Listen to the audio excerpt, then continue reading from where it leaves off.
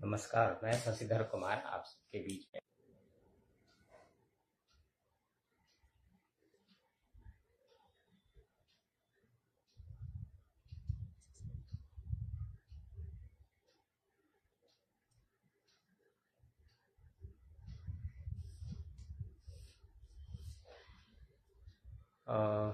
कई सारी चीज़ें से है और मैंने एक्चुअली एक वीडियो रिकॉर्ड किया था और वो किसी वजह से जो है उसकी ऑडियो जो है आधे रास्ते में बंद हो गई थी, मुझे पता नहीं चला। तो मैं सोच रहा हूँ कि उन्हीं बातों को आप सबके बीच में रखूं।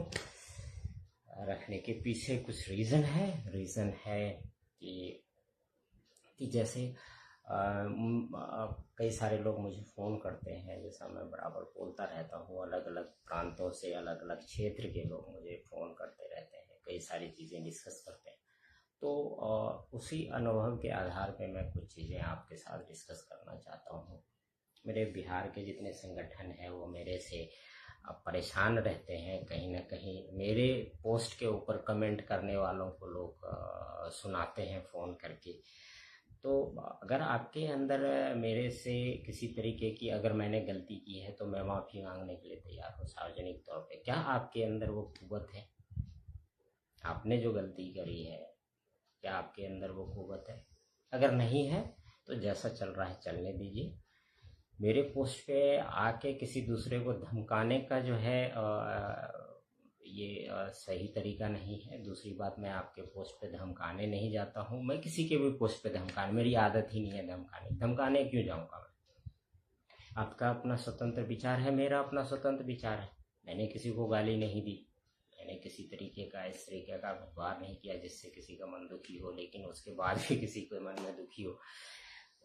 मैं व्यक्तिगत तौर पे तो किसी को कुछ कह नहीं रहा हूँ, संस्थागत तौर पे बात कर रहा हूँ। अब संस्थागत तौर पे मैं भी उसी समाज का बच्चा हूँ जिस समाज के लिए आप लोगों ने संगठन बनाया, तो स्वाभाविक है उसके ऊपर मेरा हक है। और मैं जब तक आपको असभ्य शब्दों से या इस तरीके से ना बोलूं तब तक आपको मुझे सुनना ही पड़ेगा। आपके पास ऑप्शन नहीं है। आप पब्लिक प्रॉपर्टी हैं, आप इसको मान के चलिए। अगर आप किसी भी तरीके के संगठन में कोई भी पदाधिकारी हैं तो आप पब्लिक प्रॉपर्टी हैं, आपको सुनना पड़ेगा। आप पब्लिक डोमेन में हैं, आपको सुनना ही पड़ेगा। मेरे जैसे लोगों से तो सुनना ही पड़ेगा, दूसरा ऑप्शन नहीं है। दूसरी चीज़ है कि जो लोग हैं जो इस तरीके की बातें करते हैं, क्या उन्होंने अपने अंदर झांक के देखा कि वो ऐसी बातें क्यों करते हैं? ज़रूरत क्या है इन बातों को बात करने की? ज़रूरत ही नहीं है बात करने की। तो जब मन दुखी होता है तो लोगों के बीच में बातें रखनी होती है क्योंकि मजबूरी हो जाती है। बट मैं उन बातों पे नहीं जाते हुए कुछ चीज़ों पे जो है ध्यान आकृष्ट करना चाहता हूँ समाज का। और जैसे कि कल मैंने एक अवध ओझा, अगर जो लोग नहीं जानते होंगे तो अवध ओझा जाने माने नाम है। यूपीएससी जो कैंडिडेट होते हैं, तैयारी करते हैं, उनको पढ़ाते हैं। वो हिस्ट्री पढ़ाते हैं बेसिकली। तो उनका एक छोटा सा क्लिप है, वो एक हिस्ट्री से रिलेटेड है। और हिस्ट्री हमें इसलिए और उसके साथ मैंने जो शेयर किया पूरा का पूरा वीडियो लिंक शेयर किया है।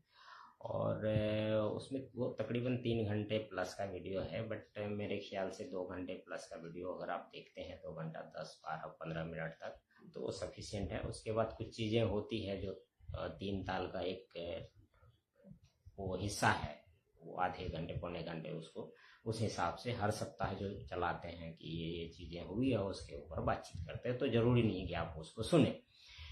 लेकिन जो अवध ओझा सर की बकैती है उसमें जो खुद कहते हैं कि हम बकैती करते हैं, हम बकैती नहीं सच बोल देते हैं वो उसी बहाने। तो वो एक सच है, उस छोटे से क्लिप के माध्यम से आप देख सकते हैं। और ऐसी कई सारी चीज़ें उन्होंने पूरे वीडियो में बोली है 2 घंटे के दौरान। मुझे लगता है कि सुनना चाहिए। अगर आप सामाजिक और राजनीतिक तौर पे सक्रिय हैं तो आपको सुनना चाहिए वो वीडियो। आपको बहुत चीज़ों का जो है उसका आपको आइडिया लगेगा कि हो क्या रहा, कैसे हो रहा है, पता चलेगा। उसका ये है हिसाब कि अब उन्होंने साफ साफ कहा है कि अगर कोई राजनीति और सामाजिक मुद्दों पे बात करता है तो उसके लिए हिस्ट्री पढ़ना निहायत ही जरूरी है, क्योंकि हमारे लोगों ने हिस्ट्री पढ़ी नहीं है। पहली बात तो ये है कि वो पढ़ने से दूर भागते हैं, वो पढ़ते हैं नहीं। दूसरी चीज़ ये है कि पढ़ाई की नहीं है हिस्ट्री के अंदर। जितने भी आपको ज़्यादातर पढ़े लिखे मिलेंगे अपने बच्चों को लोग साइंस या कॉमर्स की तरफ ले जाते हैं, डॉक्टर इंजीनियर बनते हैं और बाकी चीज़ों की तैयारी कराते हैं। बट हिस्ट्री जो बेसिकली पढ़ना चाहिए सोशल साइंस के तौर पे।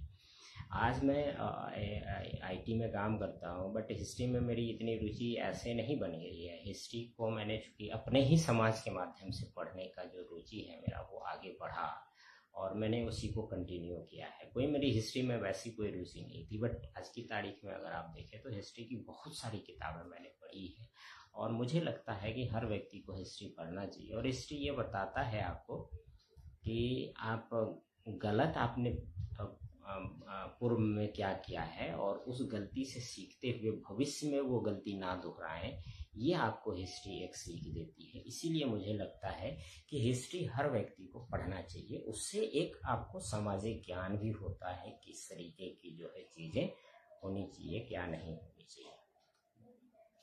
उसके बाद चीज़ जो है कि अब जैसे संगठन के बारे में बातें होती हैं कई बार, तो कल एक ऑनलाइन ही था वो एक भारतीय धान का वेलफेयर एसोसिएशन करके एक संस्था बनी है, नोएडा में ही है, उनके राष्ट्रीय अध्यक्ष। और मेरी उनसे किसी ने परिचय कराया था फ़ोन के माध्यम से, और उसमें क्या हुआ कि उनके घर पे भी मैं गया हूँ। काफ़ी सुदृढ़ व्यक्ति हैं और काफ़ी पढ़े लिखे हैं और समझदार भी हैं। उनसे मेरी बातचीत हुई तो उन्होंने कहा कि आप हमारे साथ आइए, क्योंकि आप जैसे लोगों की ज़रूरत है। बात वो नहीं है कि मैं जाऊँ ना जाऊँ, अभी तक मैं ऑफिशियली उनके प्रोग्राम में इंडक्ट नहीं हुआ हूँ, लेकिन कल उनका एक मीटिंग था राष्ट्रीय पदाधिकारियों का। अब मैं कोई राष्ट्रीय उसमें हूँ नहीं, फिर भी उन्होंने बुलाया मुझे ऑनलाइन उसमें माध्यम से, तो मैं जुड़ा। और मैं बिहार का अकेला था उस पूरे ग्रुप में। अलग अलग प्रदेशों के लोग थे, राजस्थान से थे, हरियाणा से थे, पंजाब से थे, उत्तर प्रदेश से थे, मध्य प्रदेश से थे, छत्तीसगढ़ से भी लोग थे। तो सबसे आखिर में जब मेरी बारी आई और मैंने अपनी बात कही तो सबको बड़ा अच्छा लगा सुन के कि एक इस उम्र में आदमी इस तरीके से सुलझी हुई बातें करता है और किसी भी चीज़ को समझने का एक जो दायरा होता है, चाहे पॉलिटिकल ही कोई मुद्दा क्यों ना हो। फॉर एग्जांपल मैं बताता हूँ, कुछ लोग कहते हैं कि तीनों कम्युनिटी को जो है एक सरकार जो है एक माने। आपके बोलने से सरकार एक नहीं मान लेगी, उसका एक तरीका होता है। धान का जो है उसको तीनों को एक कैसे मान लेगी, उसका मानने का एक तरीका है। इससे पहले भी मैंने एक वीडियो बनाया था, उसमें मैंने ये बताया था कि पार्लियामेंट में जितने बहस हुए हैं तीनों कम्युनिटी को लेके, उसमें अलग अलग सांसदों की क्या राय है, और वो ऑन रिकॉर्ड है। मैंने कोई अपने मन से नहीं पढ़ा था, वो ऑन रिकॉर्ड ही उनके जो है स्टेटमेंट मैंने बजाते पढ़े थे। अब है क्या कि उसमें सोशल जस्टिस डिपार्टमेंट जो है बिहार के बारे में धानों को SC या ST में डालने की जो प्रक्रिया होती है, अब उसको एक संसदीय परंपरा से ही लाया जा सकता है। तो अब संसदीय परंपरा यह है, कहती है कि बिहार विधानसभा में वो पारित हो, फिर भारत सरकार को वो चीज़ें भेजी जाए और भारत सरकार उसको मानते हुए फिर बिहार सरकार को रिपोर्ट बोले, या नहीं तो भारत सरकार के स्वविवेक पे है कि वो मानती है या नहीं मानती है। तो हुआ क्या है कि बिहार सरकार ने जब उसको डिटेल भेजा है भारत सरकार के सोशल जस्टिस डिपार्टमेंट को, भारत सरकार को, तो सोशल जस्टिस डिपार्टमेंट तब मनमोहन सिंह जी की सरकार थी, और सोशल जस्टिस डिपार्टमेंट ने बिहार सरकार को भेजा कि धानुक के बारे में हमें जो है डिपार्टमेंट को एंथ्रोपोलॉजी जो है रिपोर्ट चाहिए कि धानुक ट्राइब है तो इसके पीछे के कारण उसके साक्ष्य सारे देने पड़ेंगे, स्वाभाविक है। तो आज तक बिहार सरकार ने वो वापसी जो है इस तरीके का कोई डॉक्यूमेंट भारत सरकार को नहीं भेजा है। यही वजह है कि भारत सरकार के सोशल जस्टिस डिपार्टमेंट के पास जो मिनिस्ट्री में धानुक को, बिहार के धानुक को SC या ST में सम्मिलित किया जाए या नहीं किया जाए, ये वाला जो हिस्सा है ये पेंडिंग पड़ा हुआ है। आप इसको फास्टन अप कैसे कर सकते हैं? इसको फास्टन अप कर सकते हैं कि हम बिहार सरकार से मांग करें कि वो रिपोर्ट जल्द से जल्द भारत सरकार को भेजे ताकि धानुक जो है SC या ST में जो शामिल हो सके। क्योंकि पूर्व के मुख्यमंत्रियों ने भी इसका अनुमोदन किया है। बिंदुश्री दुबे ने, कर्पूरी ठाकुर जी ने भी जो है इसका उल्लेख करते हुए चिट्ठी लिखा था सरकार को, बिहार सरकार को, कि भेजा जाए। उनकी स्थिति कैसी है? पार्लियामेंट डिबेट देखेंगे मेरा वो वाला वीडियो, उसमें मैंने कई सारे सांसदों के स्टेटमेंट भी उसमें बताए हैं कि वो साफ साफ वहाँ कहते नजर आते हैं कि बिहार के धानुक OBC में है और हरियाणा, राजस्थान, मध्य प्रदेश, दिल्ली आदि के धानुक या धानक या धानका या धानुक कह लीजिए। यूपी में धानुक तो SC में ही, आप उस टर्म से देखिए तो धानुक MP में भी है, धानुक यूपी में भी है, धानुक बिहार में भी है, धानुक झारखंड में भी है। अगर आप धानक धानका को ना भी माने लेकिन धानुक तो है ही। तो फिर ऐसी क्या स्थिति थी जो ये टर्मिनोलॉजी है, अगर ये शब्द आप धानुक शब्द को उठाते हैं तो धानुक ऐसा क्या हो गया कि MP UP में SC में आ जाती है काउंटिंग में और बिहार में जो है OBC में काउंट में हो गई। तो इसके लिए हमें कई सारी चीज़ों पे ध्यान देने की आवश्यकता है। एक तो है कि संविधान सभा में जो SC ST कमीशन बना उसमें आपको अलग अलग राज्यों के धानक, धानका और धानुक की जो कमेटियां बनी और उसका जो अनुमोदन होके पास हुआ, संविधान सभा की बात कर रहा हूँ मैं, संविधान बनने से पहले की बात, तो उसमें जिस तरीके की जो है बातें हुई है, डिबेट हुई है, वो समझने की आवश्यकता है। दूसरी चीज जो है 52 के बाद जो पार्लियामेंट्री सिस्टम हमारे यहाँ लागू हुआ भारत में, तो उसमें क्या है कि इन तीनों टर्म को लेके अलग अलग सांसदों ने, राज्यसभा हो या लोकसभा हो, उसमें क्या कहा है उसको समझने की आवश्यकता है। लेकिन यहाँ पे कुछ लोग ये कहते नजर आते हैं कि हमें हम जो है बिहार के धानुक और UP MP और राजस्थान हरियाणा के धानुक अलग है। क्योंकि ये आप इसीलिए कह पा रहे हैं क्योंकि आपको जानकारी नहीं है, आपने इतिहास नहीं पढ़ा है, आपने न किसी तरीके का इतिहास किताब निकाल के देखा है कि उसमें क्या लिखा हुआ है। आपको वो एक फर्रा होता है, एक छोटा सा पेज, बोल दिया जाता है कि WC क्रूक ने ये लिखा है, FS ग्राउस ने ये लिखा है। अरे भाई, आपको पता भी है कि उस पूरे किताब में धानुक टर्म जो है कितनी दफा आया? सेम किताब की बात कर रहा हूँ मैं। आपको कोई नहीं बताएगा। आपको इसलिए कोई नहीं बताएगा क्योंकि किसी के पास वो किताब है ही नहीं। किसी ने जनगणना रिपोर्ट्स देखी है? 71 में पहली जनगणना शुरू हुई, 72 में दूसरी रिपोर्ट जारी हुई, 81 में दूसरी जनगणना शुरू हुई, 82 में दूसरी रिपोर्ट जारी हुई। आपने कभी टेबल उठा के देखा है कि इन तीनों कास्ट के बारे में जो अंग्रेज है, जो सरकार टेबल बना रही थी उस समय वो क्या कह रही है, किसके बारे में क्या कह रही है? क्योंकि आपको पता नहीं है, क्योंकि आपने देखा नहीं है, आपने पढ़ा नहीं है, तो इसीलिए आप मुंह उठाते हैं, सीधे आके बोल देते हैं कि अलग अलग है। आप इसलिए अलग बोल रहे हैं क्योंकि उनकी कैटेगरी वहां है। आप इस चीज को समझिए कि अगर मैं आपको एक हिंट देता हूं कि बिहार के धानुक OBC में क्यों रह गए। बिहार के धानुक अपर कास्ट के यहाँ जाके खाना बनाते हैं, उनके घर के सारे काम करते हैं शुरुआत से ही। आज ये कोई नई बात नहीं है। खाना बनाना, घर में झाड़ू पोछा बर्तन सब करना, उनके लिए बैलगाड़ी चलाना, उनके लिए पानी ढो के लाना, उनके लिए पानी जमा करना, उनके लिए ट्यूबवेल चला देना, ये सारे काम करते। आज भी कई जगहों पे होता है। आप पहले कास्ट है जो बिहार में, जो OBC में है, जो अपर कास्ट के यहाँ जाके इस तरीके का काम करता है, और आपका पानी वो इसी वजह से पीते हैं। आप अछूत नहीं है, ये मैं मानता हूँ, लेकिन आपकी सामाजिक स्थिति, आपकी आर्थिक स्थिति, आपकी शैक्षणिक स्थिति जो है दूसरे प्रदेशों के धानुकों से बदतर है। आप इस चीज को नोट कर लीजिए। आरक्षण का मतलब सिर्फ SC ST OBC नहीं होता है। आरक्षण का मतलब होता है कि आपको एक लेवल प्लेइंग फील्ड जो है देना। लेकिन क्या हो रहा है कि हमें लेवल प्लेइंग फील्ड नहीं मिल रही है। फॉर एग्जाम्पल, अब हम गरीब हैं, अगर कोई फॉर्म आता है मार्केट में भरने के लिए, अगर जनरल कास्ट के लिए 3000 का फॉर्म है, वो फीस हमें भी 3000 भरना पड़ता है। हमारे कितने लोग हैं जो 3000 का फॉर्म भर सकते हैं? आपको यह समझने की आवश्यकता है। आपके यहाँ 90% लोग गरीबी रेखा से नीचे जीवन व्यतीत करते हैं, आपके समाज के लोग। तो आप सामाजिक संगठन चलाने के नाते आपकी जिम्मेदारी बनती है कि अपने लोगों को फायदा कहाँ मिले, किस तरीके से मिले, जो हम इसको प्रमोट कर सके। आप वो प्रमोट नहीं कर रहे हैं। आप एक संगठन बनाते हैं, आपका संगठन रजिस्टर हुआ नहीं हुआ किसी को कोई फर्क नहीं पड़ता है। आपने जो है सदस्यता शुल्क जो है जारी कर दिया कि भाई महीने का सदस्यता शुल्क ये है, आप दीजिए, आप हमारे सदस्य बन गए। आपकी संवैधानिक वैलिडिटी क्या है, मैं यह जानना चाहता हूँ। ऐसे बहुत सारे संगठन चल रहे हैं, तो आपकी संवैधानिक वैलिडिटी तो है नहीं। आप पैसा क्यों ले रहे हैं हर व्यक्ति से? 100 रुपया या 10 रुपया भी महीने का, या 1 रुपया भी आप क्यों ले रहे हैं संगठन के नाम पे?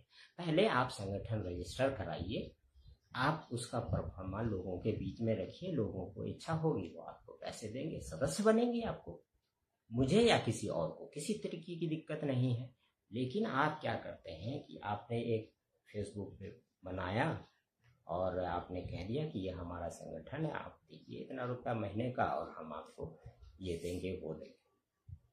आप कल को पैसा लेके भाग गए तो किसकी जिम्मेदारी है? आप इस चीज को समझिए। आपके यहाँ 90% लोग दिहाड़ी मजदूरी करते हैं, और उनसे आप 100 रुपये दिन का, मतलब एक महीने का, एक दिन का ले लिए पैसा, उसके लिए तो जीवन थोड़ा सा कष्टमय हो गया ना। और 30 दिन क्या दिहाड़ी मजदूरों को मिलती है जॉब? नहीं मिलती है। वो जब खेती किसानी होती है, तब हम अपने गांव में भी देखते हैं, जब 30 दिन नहीं मिलती है। जब खेती किसानी होती है तो लगातार मिलता है, बाकी समय वो बैठते हैं। उस हिसाब से नहीं मिलता। सरकारें भी तो 100 दिन का जो है गारंटी लेती है पूरे साल भर में। अब बताइए। तो इस तरीके का जो है, ये थोड़ा सा मुझे लगता है कि आप संगठन चलाते हैं, आपको थोड़ी सी संवेदनशीलता के, आप लोगों को संवेदनशीलता के साथ सोचने और समझने की आवश्यकता है कि अगर आप जातीय संगठन चला रहे हैं तो सबसे पहला और प्रमुख कार्य आपका यह होना चाहिए कि हमारे लोग किस प्रकार से जागरूक हों। अगर वह जागरूक नहीं हो रहा है तो आपको यह समझने की आवश्यकता है कि आप कहीं ना कहीं खुद लैक ऑफ नॉलेज में जी रहे हैं।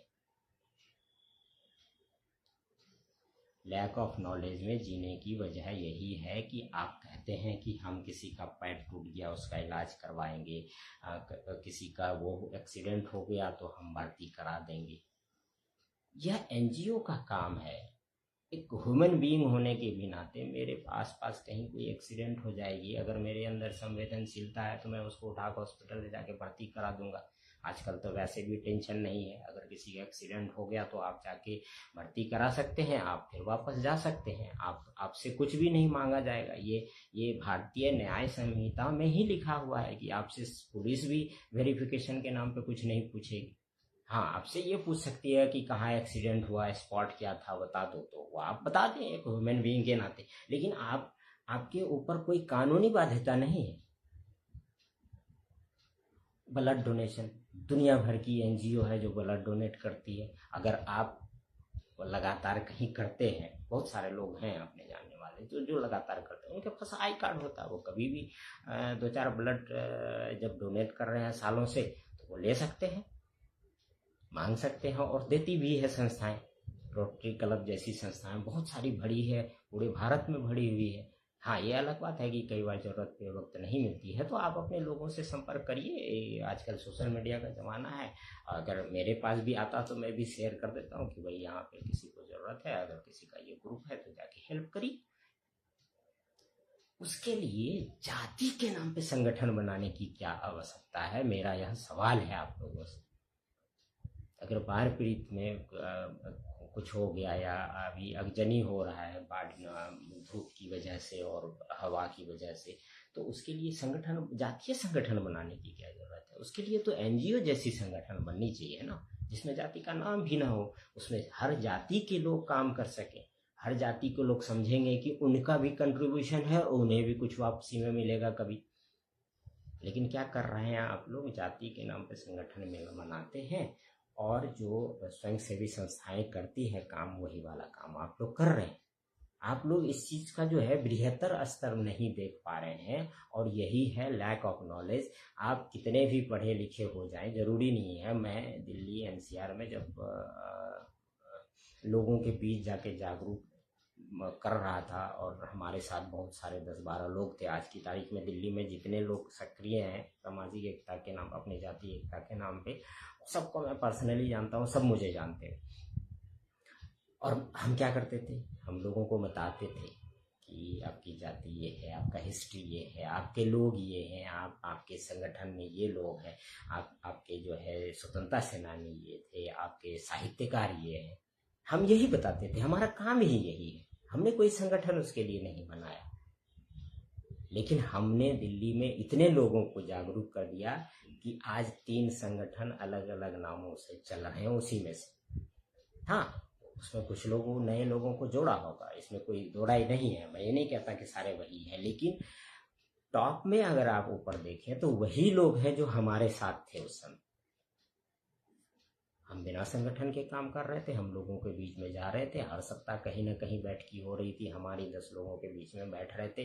हम अपना धानुक समाज के बारे में हमने जो डॉक्यूमेंट तैयार किया था वो लोगों को अपने पैसों से प्रिंट करा के लोगों को देते थे पढ़ने के लिए।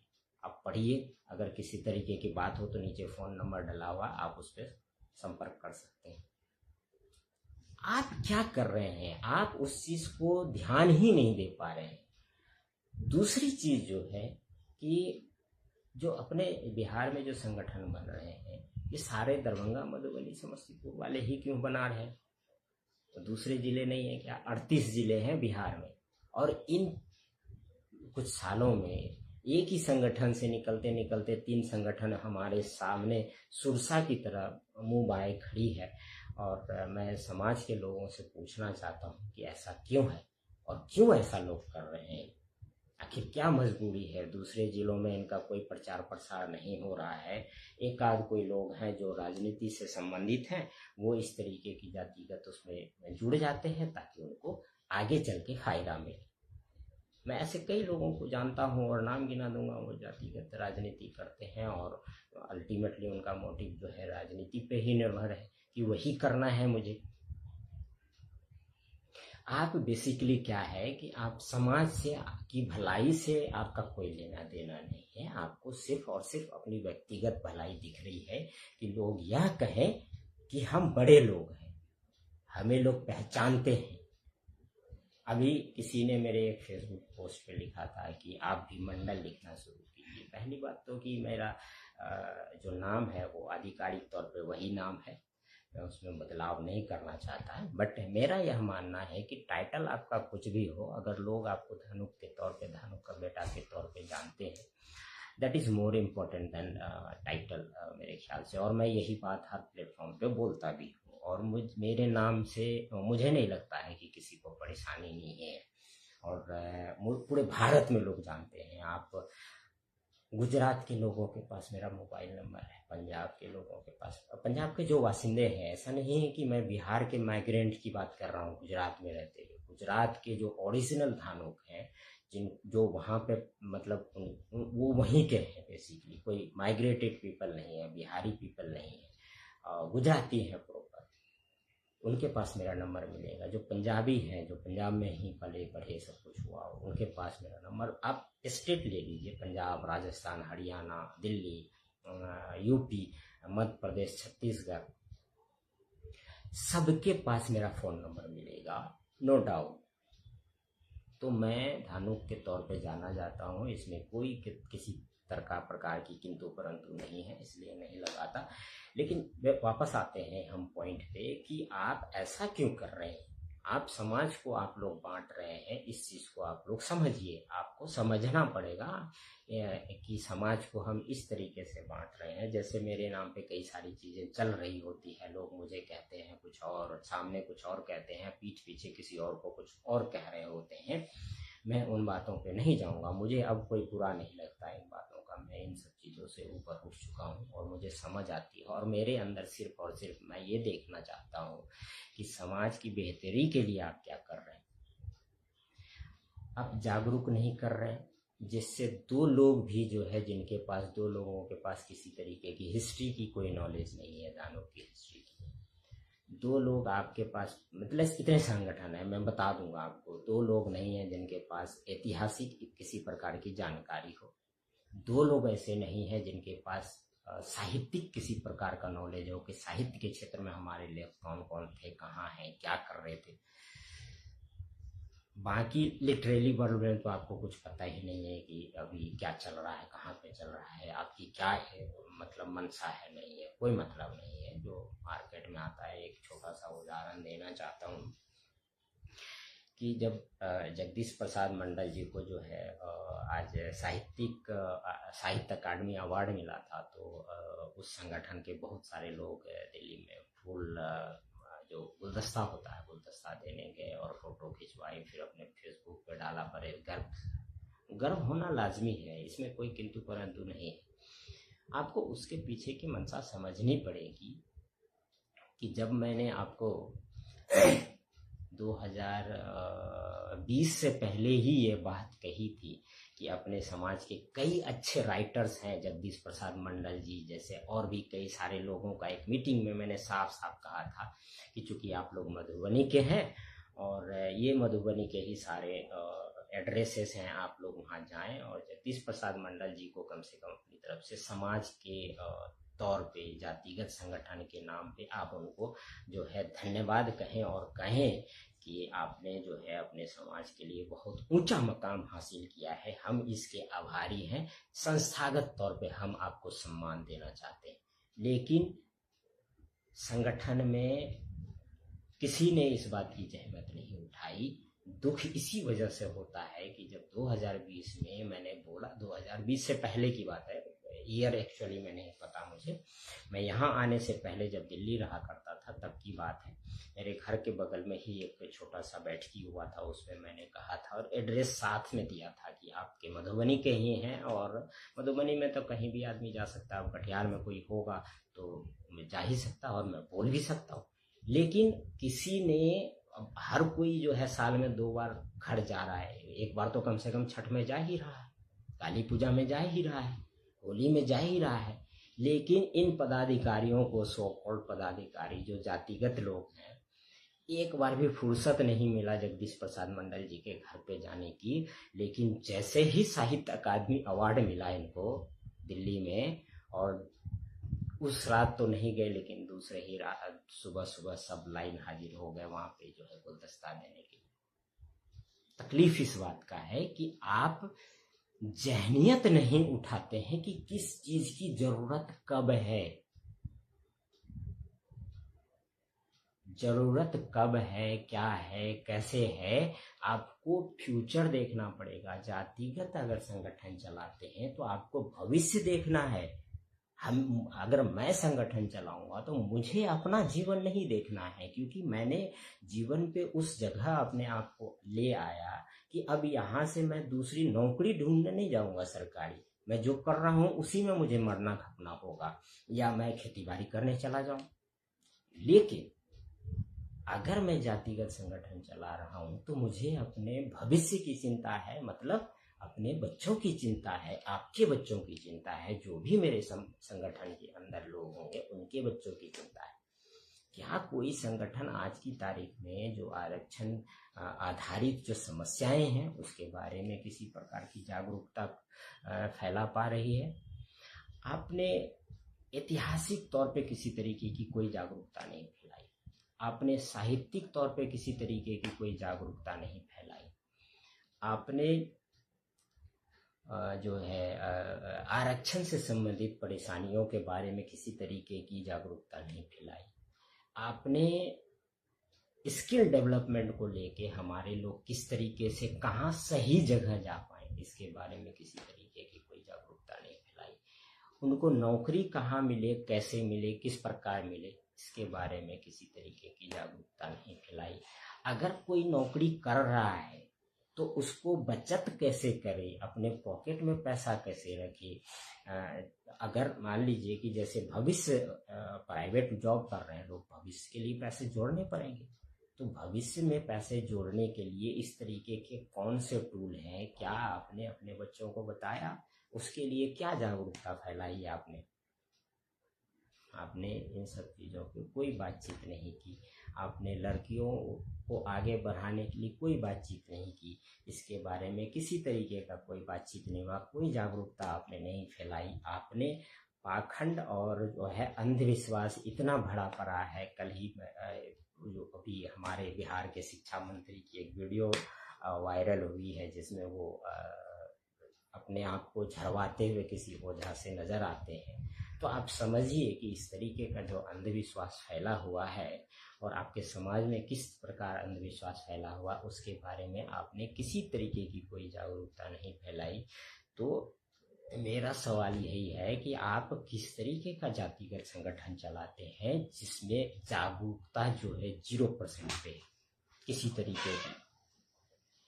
आप यही समस्या है कि हम इन सब चीज़ों को इस स्तर से नहीं देख पा रहे हैं। इसलिए नहीं देख पा रहे हैं क्योंकि जो सोशल साइंसेस के अकॉर्डिंग हमें इन चीज़ों को देखने की आवश्यकता है, हम वो नहीं देख पा रहे हैं। क्या आपने कभी कर्पूरी ठाकुर के लाइफ को पढ़ा? क्या आपने कभी राम मनोहर लोहिया के लाइफ को पढ़ा या उनकी रिटर्न कोई भी चीज़ पढ़ी? आपने बाबा साहब अम्बेडकर के लिखे हुए कुछ चीज़ों को पढ़ा? आपने संविधान सभा में हुए डिबेट को पढ़ा? आपने अपनी जाति के बारे में पार्लियामेंट्री डिस्कशन को कभी पढ़ा? 0। जब इन सब मुद्दों में आप 0 होंगे तो आप क्या कर सकते हैं? फिर आप कोई जातिगत संगठन नहीं चला रहे हैं, या मान के चलिए, क्योंकि सोशल साइंस में इस तरीके का कोई जातिगत संगठन एग्जिस्ट ही नहीं करता। यह सिर्फ और सिर्फ एक क्या कहते हैं, अल्टरनेट है जातिगत संगठन के नाम पे, जो एनजीओ के रूप में जो है फॉर्मेट है और लोग चला रहे हैं इसको। इसका एक पॉलिटिकल जो है आप कह लें कि कनेक्शन होता है कुछ लोगों के साथ, और हमारा जातिगत उपयोग करने के लिए इस तरीके से चीज़ें तैयार की जाती है और हम टूल के मामले में टूल की तरह जो है ये इस्तेमाल हो रहे हैं। अब आते हैं कुछ चीज़ है जो बिहार की बात हुई तो मैं उस पर भी आता हूँ। आप बिहार का मंत्रिमंडल अभी गठन हुआ है। आप उनमें जो मंत्री हैं उनके एजुकेशन की वो सूची देख लें, और तमिलनाडु में भी कल परसों हुई है तो उनके मंत्रियों की सूची देख लें एजुकेशन के मामले में।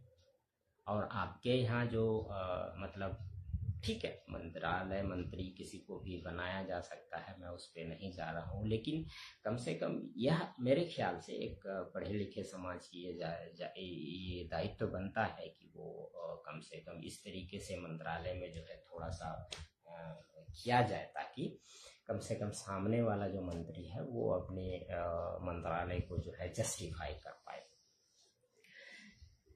नमस्कार राम प्रवेश जी, धन्यवाद अशोक मंडल जी, और बाकी सभी लोगों को नमस्कार।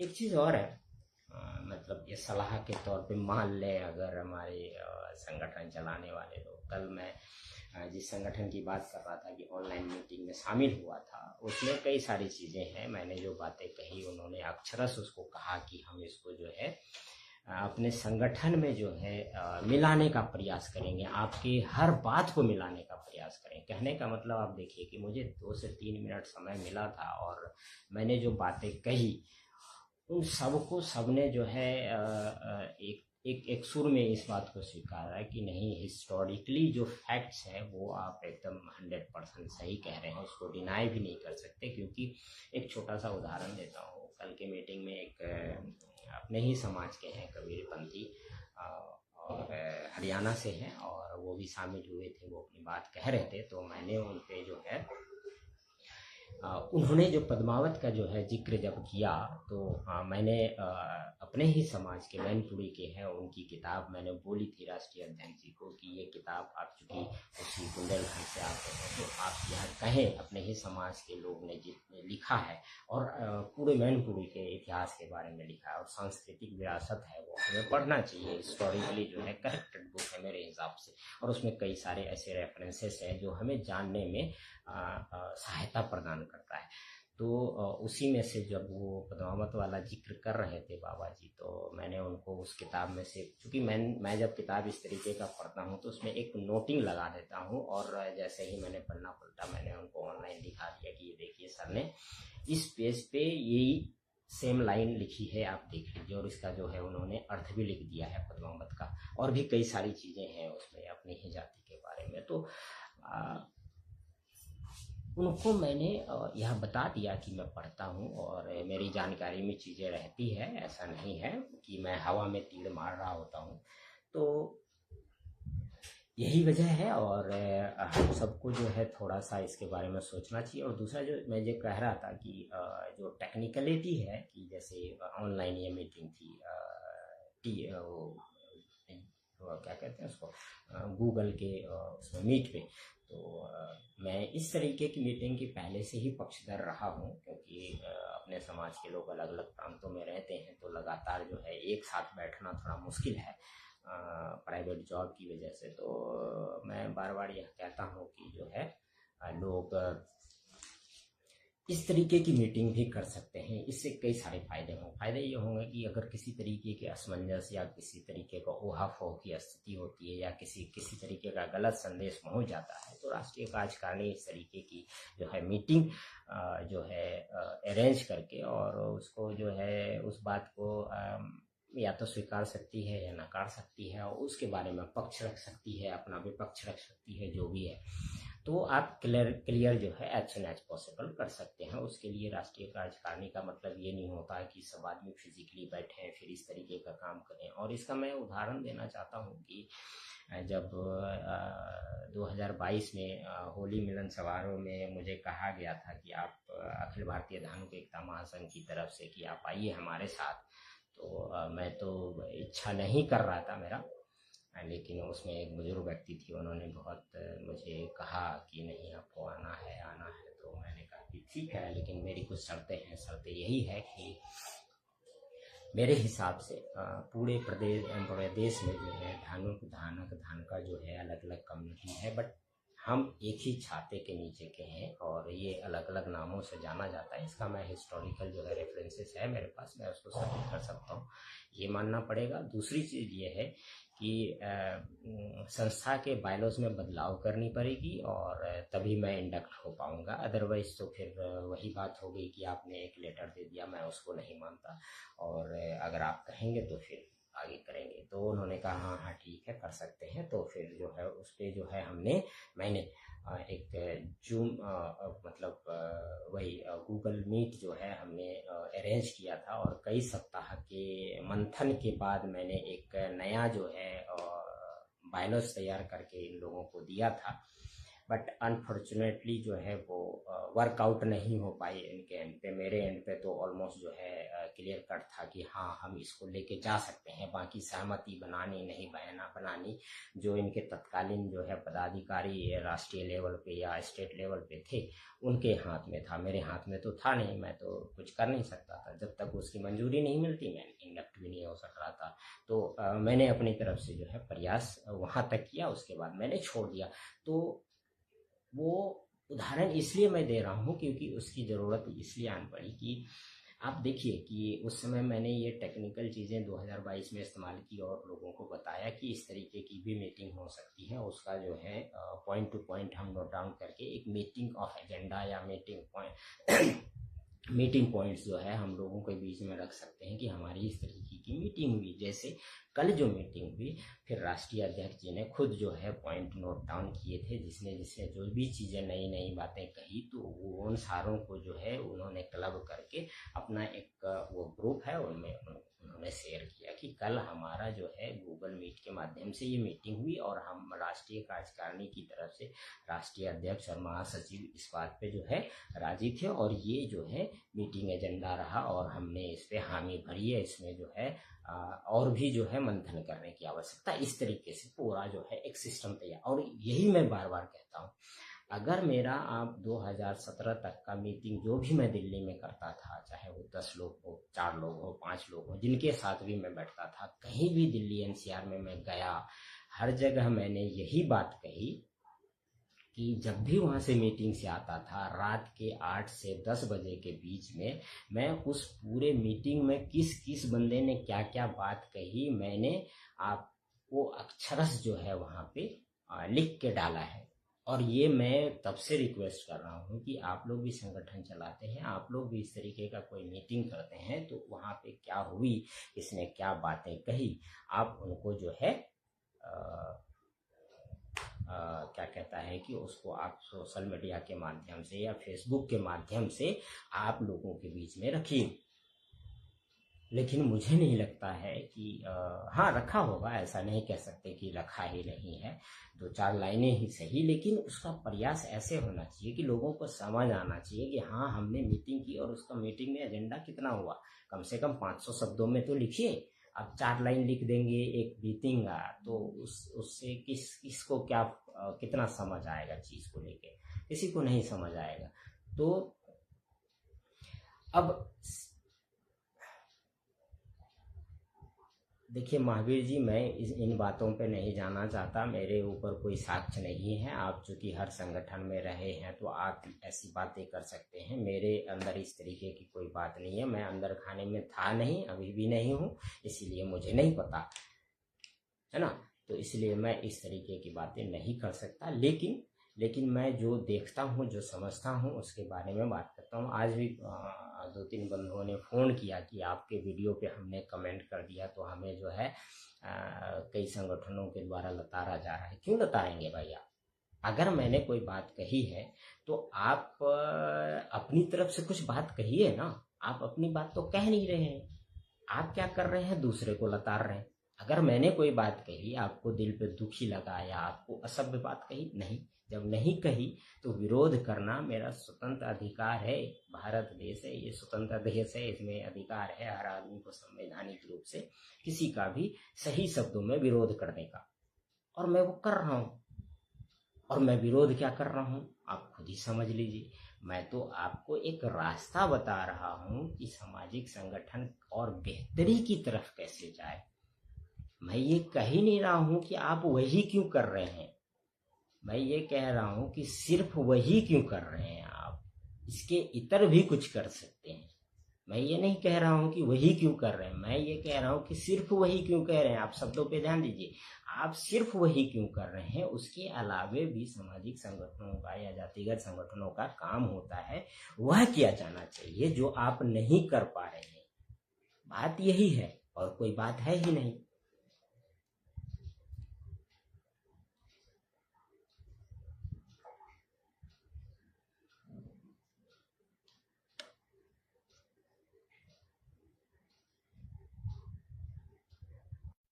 जी मनोज जी, मैंने लिए जो है भेज दिया है ऐड करने के लिए, आप देखिए अगर आप उसमें आ सकते हैं तो अपनी बात रखिए मनोज जी।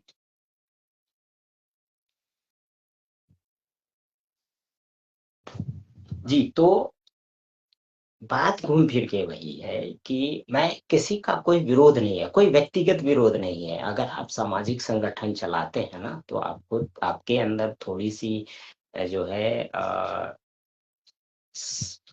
संयमशीलता होनी चाहिए। ऐसे बातों को जो है ताकि उसको सही तरीके से लिया जाए। मैंने इसमें कोई गलत नहीं कहा, मैंने तो यही बोला कि 2020 में मैं यहाँ शिफ्ट हुआ हूँ, तो इतना ही बोल सकता हूँ कि 2020 से पहले भी मैंने जगदीश प्रसाद मंडल जी के बारे में एक बैठकी हुई थी हमारे पांडव नगर के बगल में जो है मंडावली है, वहां पे किसी ठंड का समय था, छत पे वो किया गया था, 15-20 लोग 25 लोग आए थे। तो अब वहां पे मैंने ये बात रखी थी। लेकिन आप लोग जो है उनको जब साहित्य अकादमी अवार्ड मिला, तब आप दिल्ली में जाके उनको फूल माला दे रहे। तो मैं कहूंगा ना कि ये स्वार्थ वशीभूत था। फिर मेरे जैसा लोग तो अवश्य कहेगा, क्योंकि मैं तो उसका साक्षी हूँ। और मैंने ये बात जब कही थी, कोई बोले ना बोले, मुकेश मंडल जी जो है मधुबनी के ही हैं, सरिसप्पाही के, और आजकल मध्य प्रदेश में रहते हैं, भिलाई में अपना बिजनेस कर रहे हैं। वो भी उस मीटिंग में उस दिन शामिल थे। तभी वो शिफ्ट नहीं किए थे, तभी यहीं रह रहे थे। वो भी उस मीटिंग में शामिल थे, और उन्होंने भी ये बात कही कि ये बात होना चाहिए। तो सवाल घूम फिर के वही है कि आप सिर्फ संगठन अगर आप बना रहे हैं, तो सबसे पहले तो रजिस्टर कराएं। आप लोगों के बीच में जाइए, लोगों को जोड़िए, अपने साथ आप अपनी बातों से उनको जो है बात रखिए, और लोग आपसे जुड़ना चाहते हैं जोड़िए, फ्री ऑफ कॉस्ट अभी फिलहाल जोड़िए ना। लेकिन जब संगठन आपका रजिस्टर हो जाएगा, तब आप उनको जो है बोलिए कि हमारा सदस्यता शुल्क है, और आपको सदस्यता शुल्क देना पड़ेगा, तभी हम आपको जो है आगे सदस्य रख पाएंगे। सिंपल बात है, इसमें कोई कुछ छुपाने वाली बात तो है नहीं। लेकिन आपने मन में सोचा कि ये संगठन का नाम होना चाहिए। अब अभी मन में मैंने ये सोच लिया कि ये संगठन का नाम होना चाहिए। मैं कल एक फेसबुक पे वो प्रोफाइल बनाऊंगा और डाल दूंगा, ये संगठन है। पता चला कि जो है 400-500 लोगों को मैंने जोड़ लिया, और सबको मैंने कह दिया कि 100-100 रुपए दीजिए महीने के, और हम आपको सदस्य बनाए। संगठन तो ऑन पेपर है ही नहीं, मैं पैसे किस बिहाफ पे लूं? ये फर्जरी है ना, ये 420 का धंधा है, ये 420 है ये। कि आप पहले संगठन रजिस्टर कराइए, तब तक आप, जैसे मैंने कहा कि कल प्रोफाइल बनाऊंगा, उसके बाद लोगों को बोलूंगा कि आप हमारे साथ जुड़िए, हमें एक नया संगठन बना रहे हैं हम इस तरीके से काम करना चाहते हैं। जो भी आगे आना चाहते हैं, पद लेना चाहते हैं, आप हम उनको सम्मानित करेंगे, आएंगे, बोलेंगे, उनसे बात करेंगे कि आप क्या सोचते हैं, कैसे सोचते हैं, क्या करना चाहते हैं। तो बात बनेगी, फिर आगे उनको देखेंगे हम। लेकिन पैसा तो लेना शुरू नहीं करेंगे ना कल के ही कल। जब संगठन रजिस्टर हो जाएगी, तब हम लेंगे।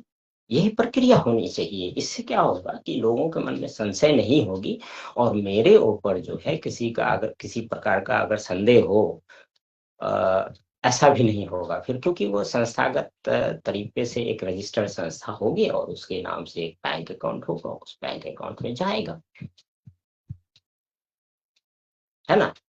तो मैं और दूसरी चीज ये बोलना चाहता हूँ कि अगर संस्था रजिस्टर्ड नहीं है, तो मैं अपने समाज के लोगों से ये कहना चाहता हूँ कि कृपया वो पर्सनल अकाउंट में पैसे ना भेजें। यह उनके अपने पैसे की हानि है, क्योंकि कल को वो अब निकल गए, तो भले मेरी कितनी भी व्यक्तिगत क्रेडिबिलिटी हो, है ना। अगर मान लीजिए मेरे मन में लालच आ गया और मैं भाग गया पैसा लेके, आप क्या कर लेंगे मेरा?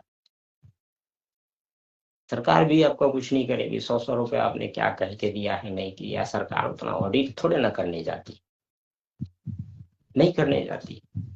तो फिर आप मैं ये रिक्वेस्ट करता हूँ अपने गरीब बंधु बांधवों से कि जब तक संस्था रजिस्टर ना हो, किसी तरीके का सदस्यता के नाम पे पैसे ना दें।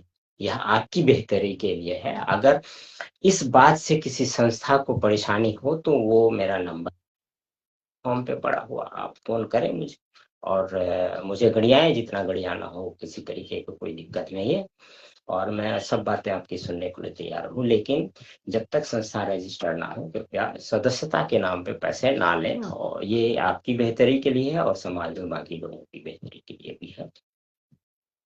चलिए, आज के लिए इतना ही। बहुत बहुत धन्यवाद आप सभी का जुड़ने के लिए। शुभ रात्रि।